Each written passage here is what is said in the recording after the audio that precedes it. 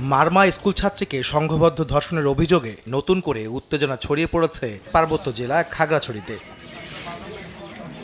জাতীয় নির্বাচনের আগে পাহাড় অশান্ত হয়ে ওঠায় উদ্বেগ উৎকণ্ঠা উঠে আসছে রাজনীতিবিদদের কণ্ঠেও। জাতীয় প্রেস ক্লাবে এক অনুষ্ঠানে অংশ নিয়ে বিপ্লবী ওয়ার্কার্স পার্টির সাধারণ সম্পাদক সাইফুল হক বলেন, পার্বত্য অঞ্চল নিয়ে আন্তর্জাতিকভাবে অনেক খেলোয়াড় সক্রিয়। নির্বাচন ভেস্তে গেলে গভীর খাদে পড়বে জাতীয় নিরাপত্তা।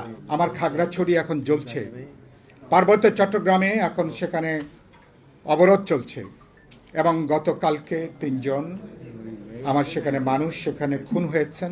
বাংলাদেশে যে পরিস্থিতি চলছে, নির্বাচন কোনো কারণে যদি প্রলম্বিত হয়, কোনো কারণে যদি ভেস্তে যায়, তাহলে কিন্তু বাংলাদেশ তার ইতিহাসের গভীর একটা বিপর্যয়ের মধ্যে পড়তে যাচ্ছে। পুরানা পল্টনে গণ অধিকার পরিষদের কার্যালয়ে সংবাদ সম্মেলনে দলটির সাধারণ সম্পাদক রাশেদ খান অভিযোগ করেন, বাংলাদেশকে অস্থিতিশীল করে নির্বাচন বানচালের ষড়যন্ত্র করছে ভারত ও Awami League. Maggi hot and spicy blast, taste of the nation. Awami League পাহাড়ে অশান্তি লাগানোর চক্রান্ত করছে।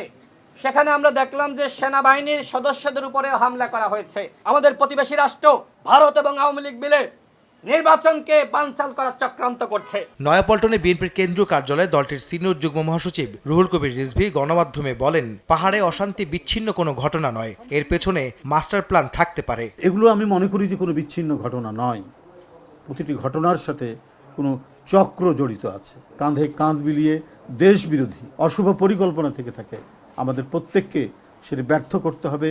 জাতীয় প্রেস ক্লাবে অপর এক আলোচনায় যোগ দিয়ে বিএনপির স্থায়ী কমিটির সদস্য অবসরপ্রাপ্ত মেজর হাফিজউদ্দিন আহমেদ বলেন, পাহাড়ে আবারও পুরনো খেলা শুরু হয়েছে। ভারতে বসে পতিত স্বৈরাচার দেশবিরোধী ষড়যন্ত্র করছে, যা মোকাবেলায় সজাগ থাকতে হবে সবাইকে।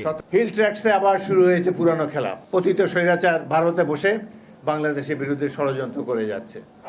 তারা অফিস আদালত নিয়ে, তাদের কাছ থেকে বুদ্ধি পরামর্শ নিয়ে বাংলাদেশের প্রতিদিন নির্বাচন পর্যন্ত প্রতিদিন তারা সহিংসতা চালাবে। অবিলম্বে খাগড়াছড়িতে সংঘাত বন্ধে কার্যকর ব্যবস্থা নিতে সরকারের প্রতি আহ্বান জানান রাজনৈতিক নেতারা। জনগণের রায় হবে না। আহমেদ সালেহীন, সময় সংবাদ, ঢাকা। ইনশাআল্লাহ।